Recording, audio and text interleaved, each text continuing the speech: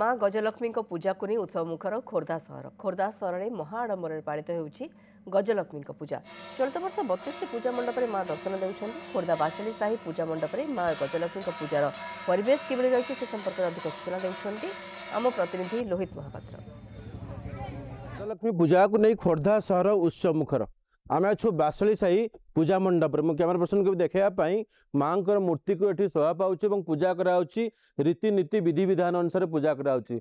सबुठ बड़ कथा माँ जो किरटी रही ये रूपरे निर्मित होती जो पछपट जो रही मेढ़ रही ये पितल निर्मित होती माँ नोथ से सुनार निर्मित होती सबुठ गहली चली लगी।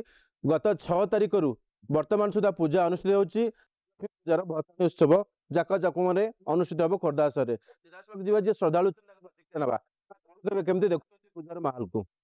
हमको तो हिंदी आता है, उड़िया नहीं आता है। कैसे लग रहा है पूजा? हमको अच्छा लगता है। यहाँ हम लोग तो 10 साल हो गया रहते बिहार के हम लोग, हमको लक्ष्मी पूजा देखने से अच्छा लगता है। यहाँ आमर ये पूजा ये वर्ष आम पितलर जो मेढ़टी ए वर्ष करूँ बहु श्रद्धालुंकर ये समागम होची लोक मैंने दर्शन कर कृपा लाभ कर आसंता वर्ष यदि माँ कृपा रहा आम अन्य किसी करूँ बोली आशा रखीचु। पूजा माहौल का आम तो गत वर्ष चांदीर मुकुट करूँ आउ वर्ष पितलर मेढ़ सुनार कान फुल नाक फुलटी कर आगामी वर्ष को पुणी आग को आहरी सब दुनिया जिनस कर चांदीर सब जिन कर माँ तो 6 तारिख आरंभ है गजलक्ष्मी पूजा। आम पूर्व वर्ष प्रथम थर कर आरंभ करूँ से चांदीर किरटी करूँ 3.5 किलोर और पितल एथरक नुआ करके आरंभ करूँ पितल मेढ़ क्विंटाल 10 किलोर मेढ़ और माँ कान जो नथमणी लगी सी है नुआ करूँ। तापर आगू आगू आम जो ढेंकानाल जाऊे कटक जाऊे भुवनेश्वर जाऊे सबुआड़े चांदीर मेढ़ लगी चांदीर मुकुट लगी सब एमती लगी से आमर खोर्धार 38 ରୁ 40टा मेढ़ है आम भी किसी नुआ कर भाविलु आम ये किसी प्रदर्शन करवा आउ एमती भी 6 दिन माँ रीतिनीति अनुसार भोगराग चली। प्रथम दिन जमी हवा कथा रसगोला छेनापड़ अन्नभोग संकुड़ी भोग दही पखाल जमी हवा कथा सबुदिन एमती चली।